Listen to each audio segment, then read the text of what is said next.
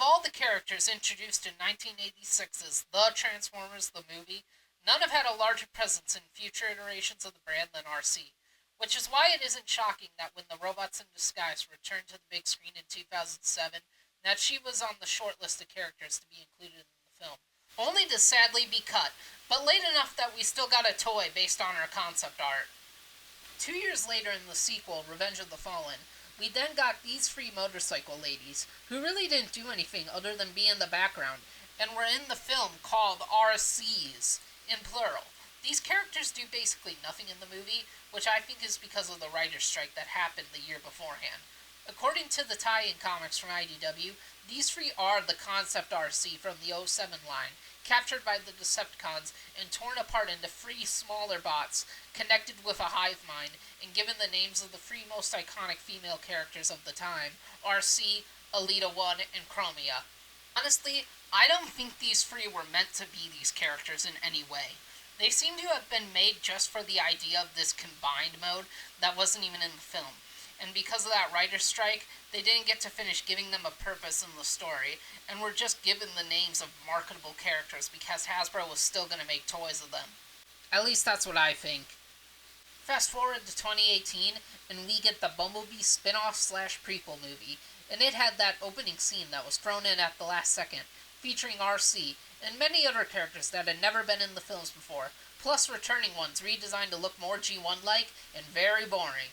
Man, we saw Ironhide die in Dark of the Moon, but he somehow looks even more dead here. Then, one global pandemic later, and we got another prequel movie in the form of Rise of the Beasts, with announcement that Arcee would be a member of the main cast, with a nice new look that still wants to have that G1 feel, but without being bland. A lot of people like to say she's inspired by her look and energon, but I feel like that was unintentional. The point is, with a new Transformers movie comes new toys of many different types, and the various characters were spread across these price points, giving us 3 different versions of Arcee, and let's see how they all compare to each other. First, let's look at the Beast Combiner Arcee, with her partner Silverfang. This was her first release, and these Beast Combiners are basically taking the Spark Armor gimmick from the Cyberverse toy line that was already a great idea for a gimmick, and makes it even better. First off, we have this Arcee, and yes, this bike mode looks nothing like the Ducati 916 that she turns into in the movie, but I still think this is a nice sci-fi bike. I like the visual of it. It's not screen accurate, but it's fun. Her robot mode does not look like her in the movie. In fact, every Arcee toy for this movie is not based on the final design, and instead, this early render that I really don't like the look of at all.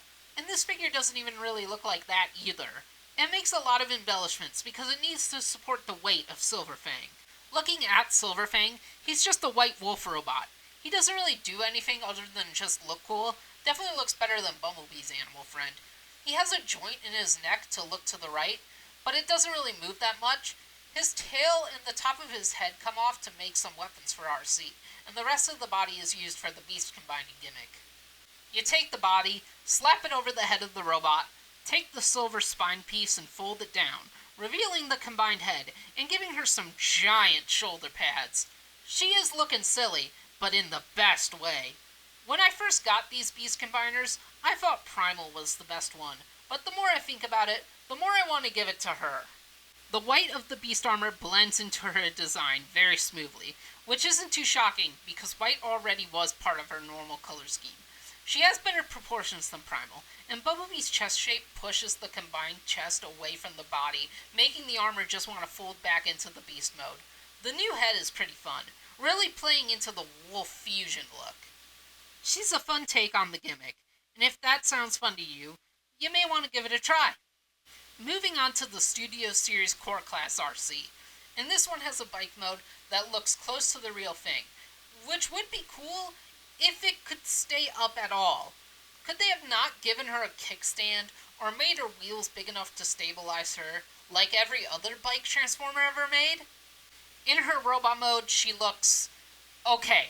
Honestly, if Arcee wasn't one of my favorite characters in all of Transformers, I would have skipped this figure. The only thing I can say I like about it is her transformation, but if I don't like either of the things she turns into, then it isn't as fun as it could be. A lot of modern Transformers have had a problem of having an articulation joint and a transformation joint in the same place, and the articulation joint is tighter and the transformation joint is free, meaning that you're more likely to move the joint you don't want to move. The gap in her head is ugly. I know it's there because of how ball joints work, to which I say, why is her head even on a ball joint? It doesn't even get good range of movement from that joint.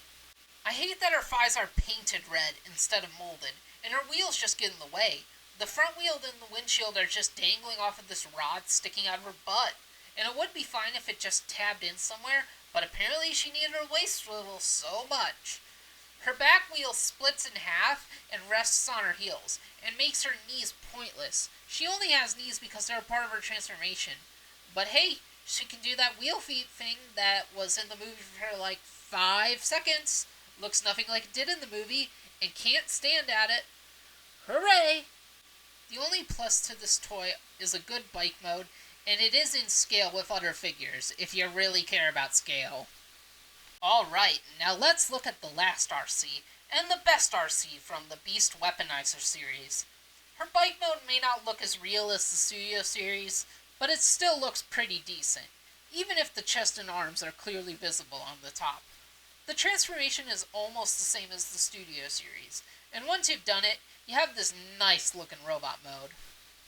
Out of all the figures, this is the one that feels the closest to what we got on screen. And this is the only one I look at and actually see that Energon-ish look that I'm still sure was more of a coincidence than anything. Aside from a waist swivel, she has all the same movement as the Studio series. Plus, she can actually sit down. That's all thanks to this backpack. And I know some people will always hate backpacks on their bots, but this one, with the whole free wheels look, is honestly kind of cool to me. That said, the two halves of the back wheel that are the one thing I have a real problem with on this toy. Because when putting her back in bike mode, you have to use these free tabs and put them in these free slots.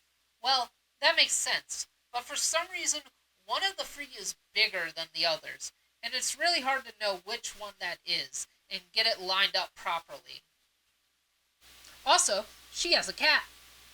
Yeah, so the whole gimmick of these Beast Weaponizer figures is that they have these small pet-sized versions of the Maximals and Skullcruncher that can become weapons for your other toys. This one is of course Cheetor, and as much as I like him, I am upset that they just gave Arcee one that was already available as a single release. If images of this set weren't found right before the Rise of the Beast toys started hitting shelves, I may have bought the solo version and had him twice for no reason. The Wheeljack in this series did the same thing with Rhinox, and I don't get it. The first wave of these all had exclusive beasts, and even if they wanted to reuse the ones they already made, couldn't they have given them unique colors? Maybe bust out a CatScan version of this little guy. Come on, CatScan's colors would have been perfect for Arcee. Now putting the colors aside, this feline folds up into a wicked arm blade. Is it big? Yes. Is it ridiculous? Yes. Is it way more fun to play with than some tiny little pea shooter? Yes! And if you want her packing heat, just use one of the other weaponizers. This really is, in my opinion, the best Arcee figure based on this movie. Sure, she's not in scale with anybody, but she's fun, and that's what's most important. Honestly, it's kind of shocking that Arcee even got free toys anyway. Yes, Transformers has been a lot better than other brands when it comes to including the ladies in its toy lines, but Arcee, much to my disappointment, seems to have only really been in Rise of the Beasts to give Prime and Mirage another Autobot to talk to, a role that becomes useless as soon as Wheeljack shows up, and he had at least one scene of him doing something else, unlike Arcee, who had nothing. People who saw the test screenings say she was supposed to have a romance with Wheeljack, and as much as I like a romance side story, I'm glad they cut that. If it's the only thing she's gonna do, then it kind of feels insulting. And with Wheeljack, I like that version of the character, but I'm not shipping this pairing. The Transformers movies tend to be criticized for doing the characters dirty, as people like to say, and I really don't agree with that for most of the cast. Just because they aren't the main character doesn't mean they've been wronged.